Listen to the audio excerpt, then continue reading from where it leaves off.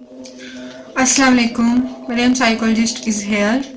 अगर आपको किसी भी किस्म का कोई नफसियाती मसला है या आपको कोई भी नॉलेज चाहिए तो आप इस चैनल को सब्सक्राइब कर लीजिए। आपको इंशाल्लाह ताला नफसियाती मसाइल से रिलेटेड इन्फॉर्मेशन मिलती रहेगी और पॉजिटिव बिहेवियर के बारे में आपको नॉलेज मिलता रहेगा कि किस तरीके से पेश आना है। मैं आज आपको बताऊंगी कि तलाक की ज़्यादा वजूहात क्या हैं। तलाक की ज़्यादा वजूहात अदम बर्दाश्त है, कंप्रोमाइज़ ना करना, अपने जिम्मेदारियों से फ़रार हासिल करना, दूसरों से बहुत बड़ी बड़ी एक्सपेक्टेशन लगाना लेकिन खुद अपना कोई रोल प्ले ना करना। हमारे यहाँ ज़्यादातर शादियों में ये होता है कि एक ही पर्सन की एफर्ट होती है, रिश्ते को निभाने के लिए एक ही पर्सन एफर्ट कर रहा होता है, जबकि दूसरा पर्सन हत्तल इम्कान रिश्ते को ख़राब करने की एफर्ट कर रहा होता है। अगर आप ये देखें कि वाइफ पूरी अपना जो है इनपुट दे रही होती है, वो हर तरीके से ससुराल वालों के साथ भी अच्छा सलूक कर रही होती है और शोहर के साथ भी अच्छा सलूक कर रही होती है, तो हस्बैंड उसकी कदर ही नहीं कर रहा होता। हस्बैंड अपनी कोई भी रिस्पॉन्सिबिलिटीज नहीं निभा रहा होता।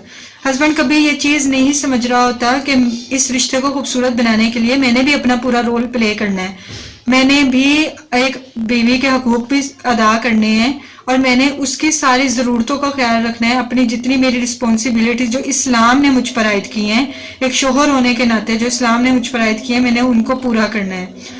तो वो नहीं कर रहा होता। और इसी तरीके से अगर हस्बैंड बहुत अच्छा सलूक कर रहा होता है और वाइफ उसके साथ अच्छा सलूक नहीं कर रही होती, हस्बैंड अपनी सारी रिस्पॉन्सिबिलिटीज़ निभा रहा होता है, सब्र कर रहा होता है, टॉलरेट कर रहा होता है, सेक्रीफाइस कर रहा होता है, अपनी ईगो को जो है वो ख़त्म कर रहा होता है, लेकिन वाइफ फिर ऐसा नहीं कर रही होती।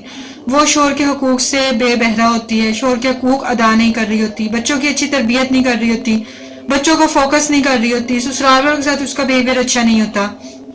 तो देखें ये फिर मामला ख़राब हो जाते हैं। तो हमारे यहाँ तलाक की एक ज़्यादा वजूहात ये भी हैं। पुराने ज़माने में देखें कि लोगों की तलाक़ें नहीं हुआ करती थी। इसकी एक रीज़न ये भी थी कि लोगों के दूसरों से रिलेशन नहीं होते थे, लोग अपने पार्टनर के साथ ही मुखलिस हुआ करते थे। ना तो लड़के किसी दूसरी लड़कियों से ताल्लुकात रखते थे और ना ही लड़कियां शादी के बाद कोई गैर महरमूद से ताल्लुकात रखा करती थी, और उनकी पूरी प्रायोरिटी सिर्फ अपना एक पार्टनर हुआ करता था। इसकी वजह से वो उनके रिश्ते कामयाब रहा करते थे, वो सारा टाइम अपने पार्टनर को दिया करते थे।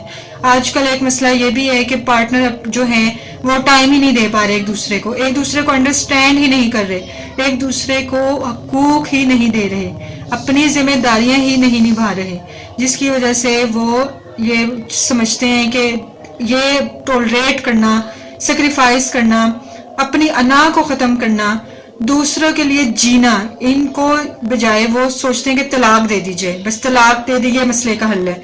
ये मसले का हल नहीं है। आप जब तलाक दे देते हैं तो आप अपने ऊपर एक स्टिग्मा लगा लेते हैं कि आप डिवोर्सी हैं। फिर बहुत से लोग ऐसे होंगे कि जो आपको ही गलत गर्दानेंगे, बहुत कम ऐसा होगा कि जो समझेंगे कि आप थे हक पे थे और लेकिन आपने बहुत निभाने की कोशिश की और फिर आपको डिवोर्स हो गई। ऐसा नहीं है।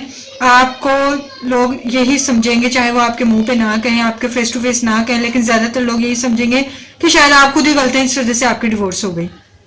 तो बेटर यही है कि आप रिश्ते को निभाएं, आप रिश्ते में अपने पूरे जो है रिस्पॉन्सिबिलिटीज़ को निभाएं।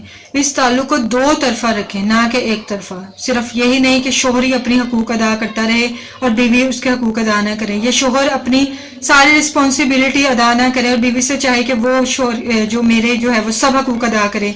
और इसी तरह वाइफ ये ना सोचे कि बस शोहर की सारी जिम्मेदारियां शोहर के हकूक हैं, वाइफ के कोई हकूक जो है रिस्पॉन्सिबिलिटीज़ नहीं है। ऐसा नहीं है। दोनों ही लोग जब शादी करें तो इस बंधन को अहम समझें, ये समझें कि अब हमने शादी की है तो अब हमने इसको निभाना है, हर सूरत निभाना है। आप सेक्रीफाइस कीजिए, दूसरे के साथ टॉलरेट कीजिए, दूसरे की गलतियों को खंदा परेशानी से जो है वो इग्नोर कीजिए, दूसरों के लिए ज़्यादा से ज़्यादा आसानी का सबब बनिए, दूसरे की जो है बातों को एक थर्ड पर्सन को ना बताइए, अपने पार्टनर के साथ बहुत ज़्यादा लॉयल और सिंसियर रहिए, उसकी केयर कीजिए, उसके साथ टॉलरेट कीजिए, उसके साथ मोहब्बत कीजिए, उसके साथ दोस्ती का मामला रखिए और हर तल इम्कान कोशिश कीजिए कि मामला डिवोर्स की तरफ ना जाएं, मामला किसी थर्ड पर्सन की तरफ ना जाएं, थर्ड पर्सन को बिल्कुल इन्वॉल्व ना कीजिए। अपने पार्टनर के साथ मुखलिस रहिए और सिर्फ उसी के बन के रहिए। अगर आप दोनों पार्टनर ये समझते हैं कि हम दोनों ने एक अच्छे तरीके से रिश्ते को खूबसूरत बनाना है تو آپ انشاءاللہ تعالیٰ پھر کامیاب رہیں گے اور آپ کا رشتہ خوبصورت رہے گا. لیکن اگر صرف 1% کی ایفرٹ ہوگی اور دوسرا پرسن صرف اس رشتے کو خراب کرنے کی کوشش کر رہا ہوگا تو یہ رشتے کبھی بھی خوبصورت نہیں بنتے اور پھر معاملات ڈیورس کی طرف چلے جاتے ہیں. تو ڈیورس کوئی حل نہیں ہے. آپ اپنی زندگی جو ہے وہ ڈیورس دے کے یا لے کے خراب مت کیجئے. اپنے آپ کو صرف ایک پارٹنر کے لیے رکھیے اور اسی کے ساتھ مخلص رہیے اور اس کو پراپرلی ٹائم دیجئے, اس کو انڈرسٹینڈ کیجئے, اس کو سنیے, اس کی دلی کیفیات کو سنیے اور اس سے محبت کا اظہار کریں, اس سے محبت کا اظہار کریں, اس سے اپنے جذبات شیئر کیجئے اور اس طریقے سے اپنے رشتے کو خوبصورت بنائیے. جزاک اللہ خیر.